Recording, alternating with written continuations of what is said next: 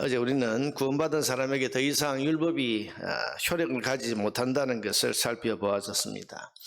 그리스도의 십자가와 함께 우리는 율법의 정죄를 받아 죽었기 때문에 더 이상 율법이 우리를 망하게 하지 못합니다. 이 말은 극단적으로 말하면 이제 그리스도인은 아무리 율법을 범하며 살지라도 하나님으로부터 버림을 받거나 혹은 지옥의 심판을 받지 않는다는 말입니다.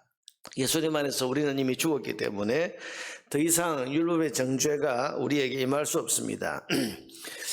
그렇다면 여기서 한 가지 의문을 우리가 가지게 됩니다. 그러면 율법은 과연 무슨 필요가 있는가? 무엇 때문에 하나님은 우리에게 율법을 주셨는가 하는 것입니다. 생각해 보세요.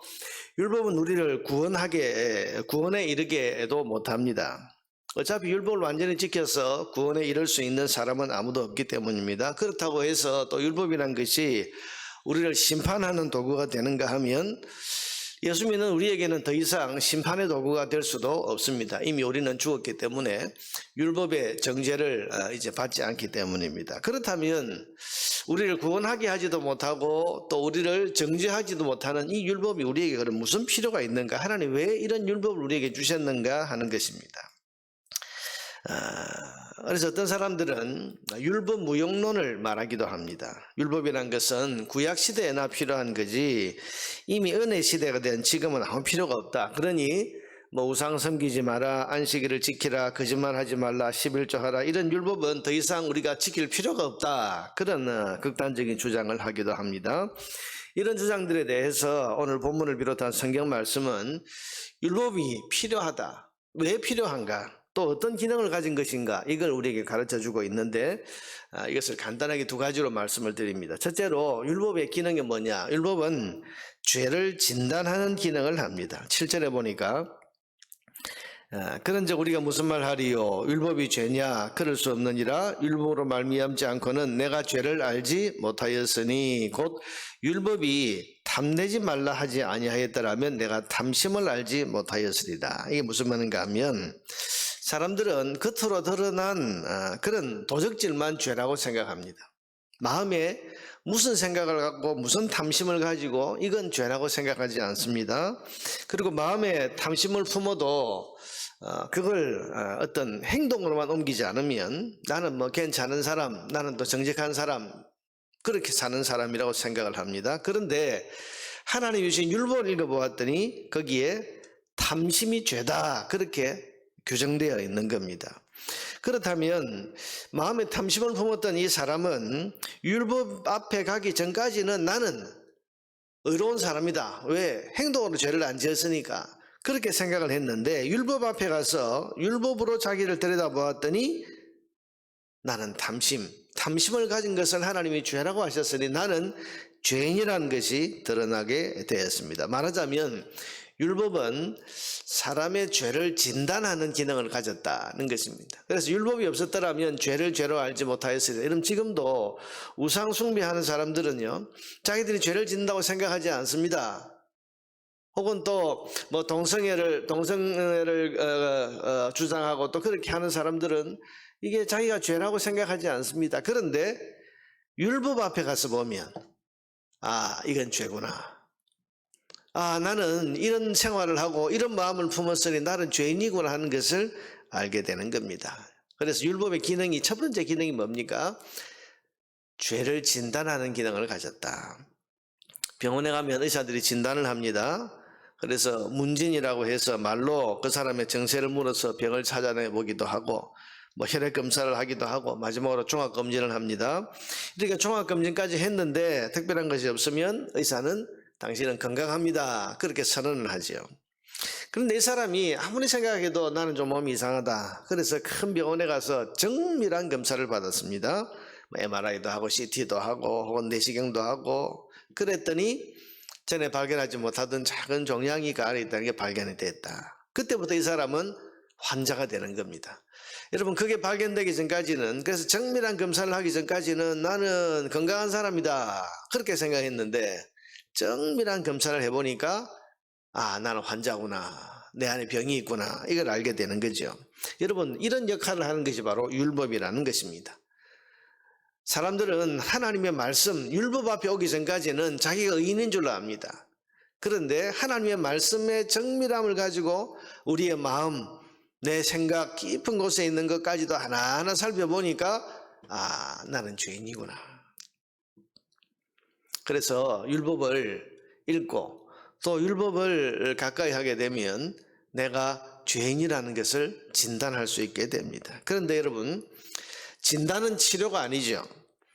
깊은 병을 정밀검사 끝에 발견해내어서 이제 환자라는 것을 드러났다고 해도 이게 저절로 아는 것이 저절로 낫게 되는 것이 아닙니다. 진단은 진단이지요.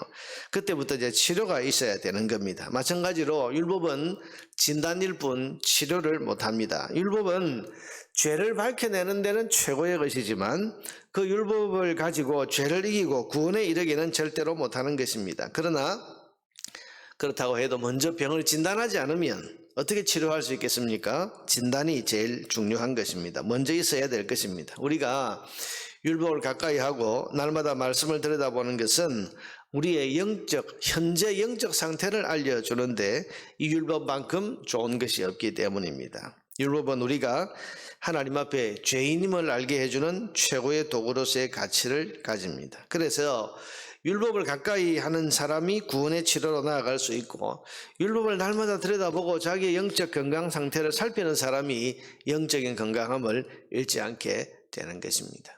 자, 여러분, 율법의 첫 번째 기능이 이렇습니다. 그래서 자기가 죄인인 것을 알게 되고, 그래서 나는 죄인이구나, 이 죄에서 나를 누가 건져낼 것인가, 그래서 그리스도 예수의 은혜를 의지하게 되고 하나님의 은혜 앞으로 무릎 꿇고 나오게 하는 이런 기능이 있습니다. 자, 두 번째로 율법이 가진 기능이 뭐냐? 이것은 하나님의 뜻을 우리에게 밝혀주는 기능을 가집니다. 구원받은 사람은 그 받은 구원의 은혜에 감사해서 그 구원을 주신 하나님을 기쁘게 하는 삶을 살아가기를 원하게 됩니다. 그런데 그럼 어떻게 살아야 하나님을 기쁘시게 할까? 그래서 어떤 열심을 내보고 어떤 희생의 제사를 드리고 여러 가지 인간적인 생각을 할 수 있습니다. 그러나 하나님께서는 하나님이 무엇을 기뻐하시는지를 이 율법에 담아 놓으셨습니다. 그래서 예수 믿은 이후로 이제 내가 구원의 은혜를 주신 하나님을 위해서 어떻게 살아볼까를 생각하는 사람은 하나님이 무엇을 기뻐하시는지를 보여주는 율법 앞에 가게 되고, 율법을 잘 읽으면서 이렇게 사는 것을 하나님이 기뻐하시는구나. 그래서 구원받은 사람이 이제 하나님을 기쁘게 하는 삶을 살기 위해서 이제는 말씀대로 율법에 있는 그 하나님의 뜻을 받들어서 살아갈 그런 빛을 얻게 되는 것입니다. 말씀과 율법에 담긴 하나님의 뜻, 하나님의 마음을 잘 살펴서 행하면 하나님은 기뻐하시고 영광을 받으시는 것입니다. 그래서 여러분, 예수 믿은 사람에게 일어나는 제일 첫 번째 큰 특징이 뭐냐? 마태복음 7장에 있는 것처럼 마음속에 아버지의 뜻대로 살고 싶은, 이제 하나님 기쁘시게 하며 살고 싶은 그런 성령의 마음이 우리 안에 일어나는데, 그럴 때 어떻게 살아야 됩니까? 내 생각대로 하나님 이렇게 하면 기쁘시게 하겠지, 이렇게 하면 하나님께 영광 돌리겠지, 내 생각이 아니라 하나님의 말씀 앞으로 가서 이렇게 사는 거야. 우상을 섬기지 않아야 되겠구나. 내가 거짓말하고 도둑질하고 살인하고 간음하고 이런 것들을 하지 않는 것이 하나님 기쁘시게 하는 거구나.